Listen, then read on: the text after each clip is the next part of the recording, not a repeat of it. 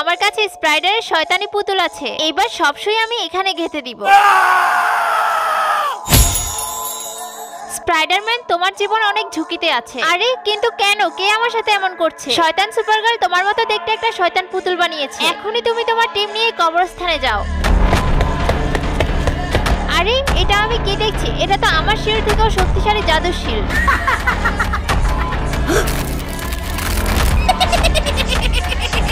আরে এই ভূতনি তো ক্যাপ্টেনকে মূর্তি বানিয়ে দিল। এই ক্যাপ্টেনকে দিয়ে কোনো কাজই হয় না।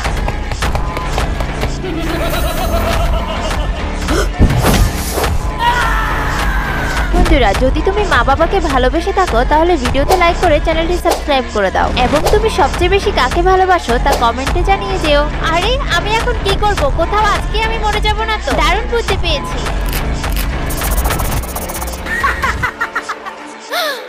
এখনই নাচতে থাকো, নয়তো আজকেই তোমার জীবন শেষ।